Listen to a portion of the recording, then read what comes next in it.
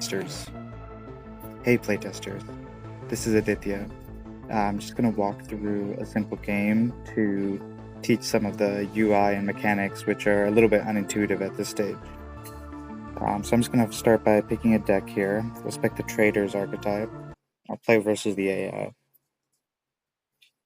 So as you can see in Foundry, your whole deck is kind of available on the board. There's no draws or anything like that. And starting with the AI's turn. So here the AI, it's a little simple right now. It does stupid things. So its ability didn't really do anything, but you can long press on a card to see its forms and its abilities and what these abilities mean. So the AI, by clicking that card, tried to use Warmar the Thyra, which its ability is activate an ally and rebound. But there was no exhausted allies that didn't do anything. So for our turn here, I'm going to start by just, you can read over the cards. I'm going to use Dida Master Trader, who barters 4. So I'll press confirm, and that passes the turn back. So now the AI takes an action, uses Viceroy Isha, and what Viceroy Isha's ability is to copy your vision. So you can, for example, long press on any visionary, and it'll explain what the vision is. So this is the first mare, which grants X, and originally +1 influence, and it kind of scales throughout the match. So you can see the next time it'll grant +2. You can see the same thing by long pressing here on your own hero. So now for my second action this turn, what I'm going to do is hyper jump. So this will ask me now which character I want to hyper jump. So hyper jumping is a pretty important mechanic in the game. It allows you to reposition your heroes. So I'm gonna hyper jump Dida into the Ascendant era. And what you can see is now my Ascendant card came and adopts the statuses of the card it switched place with. So now we're starting round 2. And what happens is all the exhausted characters unexhaust and are ready to be used again. Another thing you'll notice is by using the Wayfinder's ability, I got an extra charge. So charges are here at the bottom in addition to your actions. And Wayfinder has this special ability, Recharge Hyper Jump. So whenever you hyper jump, it recharges, which grants a charge. Charges can be used specifically for swapping, so swapping a card from hand like this, or for salvaging.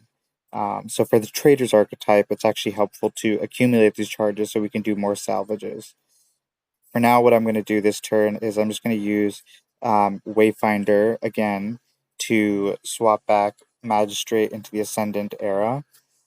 I'm playing a little bit inefficiently. I kind of wasted a charge there since I'm already at the max of 3. But it's okay for now.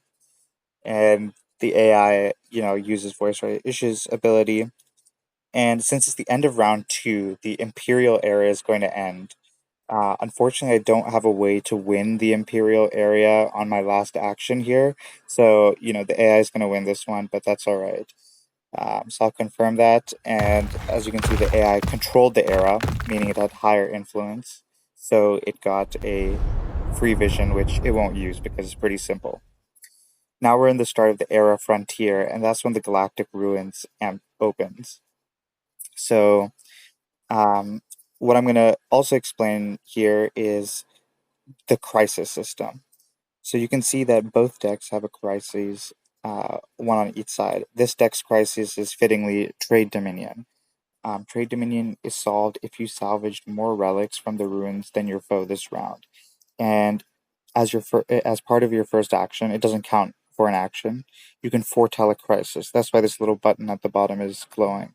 So I'm going to foretell a crisis, which signals to my opponent that I think I'm going to salvage more than them this round. And I'm actually going to start, since I bartered, I can actually afford these expensive relics. So I'm going to take the guild contract here. So I tap on it, and it shows my barter discount is 10. So this actually isn't going to cost me anything. So I tap any character and I press confirm. that used a charge orb, and it'll grant me this relic, Guild Contract, which is now in my hand. And so what the guild contract does, you can long press on it again to see its abilities, hire a trader. So this will add a new trader to my hand. This is helpful because, it gives you situational advantage. And at the end of the game, actually, all characters, including the ones in your hand, count towards your final influence total. So this can give you a small boost here. Overall game plan here, Magistrate Mallow can double his influence on reveal if you have 3 or more relics in hand. So I'm going to try to accumulate 3 relics. I'm actually going to use Dita to give me more of a discount on my barter. Pass back. And you can see the AI is starting to scale pretty hard here. But that's alright. We're going to buy a nuclear power cell and confirm that. And so the AI is actually out of actions, but since we have one still, since we've been using our charges, we get to use these actions back to back now. And I'm not going to use the creditor just yet, but I will use Salvage Baron. I'll swap her in. So as you can see, swap uses a charge, not an action. And I'll use the Salvage Baron's ability to end out this turn for a quick little +4. Now my Trade Dominion, I did salvage more than my opponent, so the crisis is solved, and as a reward, I will get a relic. So I'm going to choose a Veil Shard. And the reason I chose a Veil Shard is because Veil allows me to ignore the effects of the next anomaly. And what I'm going to do here is I'm going to swap in my Creditor into the Frontier Zone.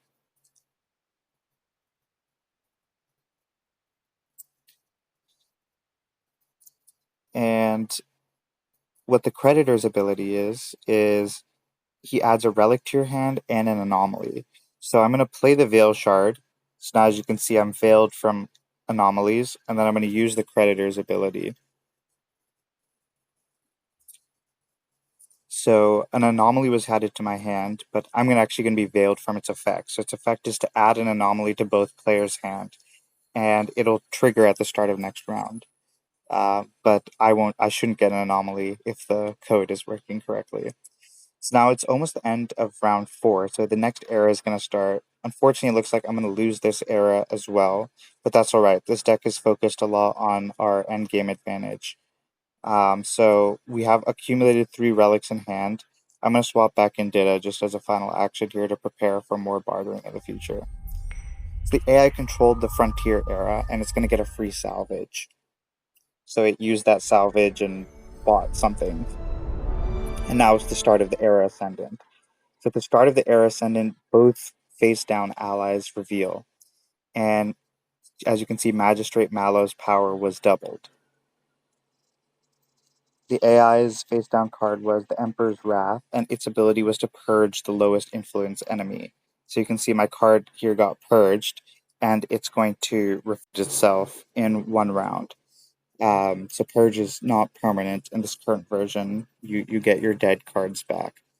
So the AI actually did a smart move here, purged me to purge an enemy character, and it purged my Magistrate Mallow. Luckily, we have a lost archive in the shop, which lets us reforge one of our purged allies, because I want to get my Mallow back faster.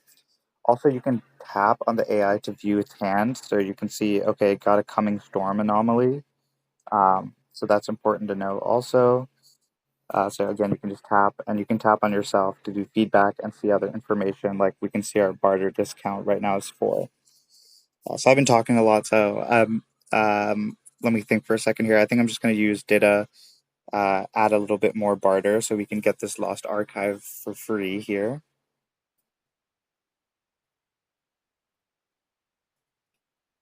And again, because our barter discount is 8, the lost archive costs 0.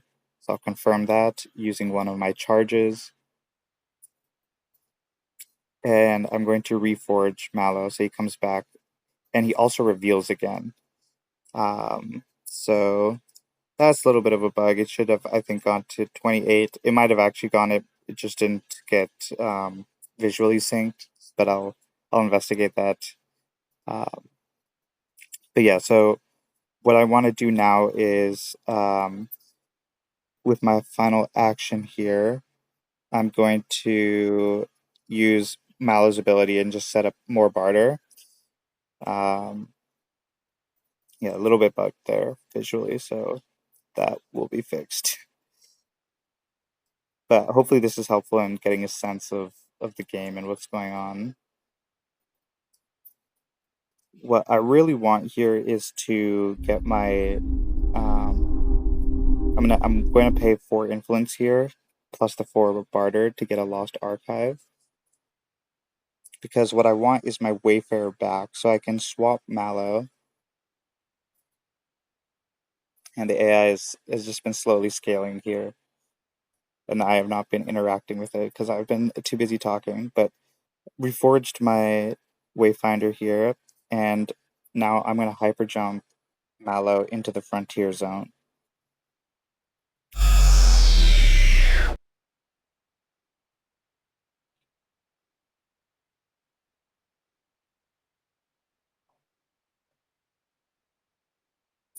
This is because Mallow's ability here lets me discard something for plus 10 influence, so it went up to 20.